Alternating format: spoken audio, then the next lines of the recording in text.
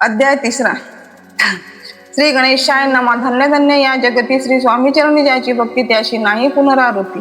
पद पावती कैवल्य निर्विकार स्वामी मूर्ती लोका चमत्कार दाविती. काही वर्षे करून वस्ती मंगलवेळी सोडिले मोहळा माझी वास्तव्य करीत. आप्पा टोळ झाले भक्त तेथेची साकल्य वृत्त. अल्पमोती केवी वर्णून सवे घेऊन स्वामीची टोळ जाती अक्कलकोटाशी. अर्ध मार्गावरून टोळाशी मागे परतणे भाग पडे. टोळ गेली या परतून स्वामी चालले उठून. बौद्ध वर्जिले सेवकांनी परी नच मानिले त्या. तेथून या निघाले अक्कलकोटा प्रती आले. ग्रामद्वारी बेसले येती राज स्वयच्छेने. तेथे एक अविध होता तो करीतयाशी थट्टा. परी काही चमत्कार पाहता मा सिद्ध समजला. पूर्व पुण्यास्तव निश्चिती आले चोळाप्याचे गृहाप्रती. स्वामीशी जाणून ईश्वर मोठी. चोळाप्पा करी आदर योग यागदिक काही चोळाप्याने केले काही परी. भक्तिस्तव पाही आम्ही आले सदना तीर्थयाने देखून या भक्ती. स्वामी तेथे भोजन करीत तेव्हा चोळाप्याची चित्ती आनंद झाला बहुसाळ. तैपासून तयाचे घरी राहिले स्वामी अवतार.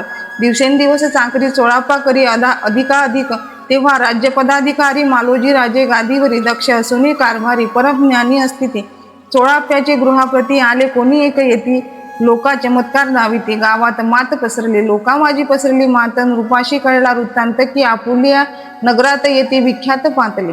वार्ता ऐसी ऐकून राव बोलला काय वाणी. गावात येते येऊन फार दिवस झाले. परी आम्हा श्रुत नाही आजवरी झाले नाही. आता जाऊन लवलाई भेटू तया येतीवर्या. परी ते केवळ अंतर्ज्ञानी. ऐशी वार्ता ऐकली कानी हे सत्य तरी येऊन आताच देती दर्शना. राव मुखातून वाणी निघाली तोची येती मुरे पुढे ठेली. सकळ सभा चकित झाली मती गुंतली रायाची. खून पटली अंतरी स्वामी केवळ अवतारी. अभक्ती पळून गेली दुरी चरणी भक्ती जडली. तै सकळ सभा आनंदली. समस्ती पाऊले वंदिली षोडोपचारे पूजिली. स्वामी मूर्ती नृपराय इतिश्री स्वामी चरित्र सारामृत नाना प्राकृत. कथा संमत प्रेमळ भक्त परिसोत. तृतीयोध्याय गोड हासरी स्वामी राजा पर्णमस्तु शिरतु शुभ भवतु. इति श्री स्वामी चरित्र सारामृते अक्कलकोट नगर प्रवेशे तृतीयोध्याय गोडा.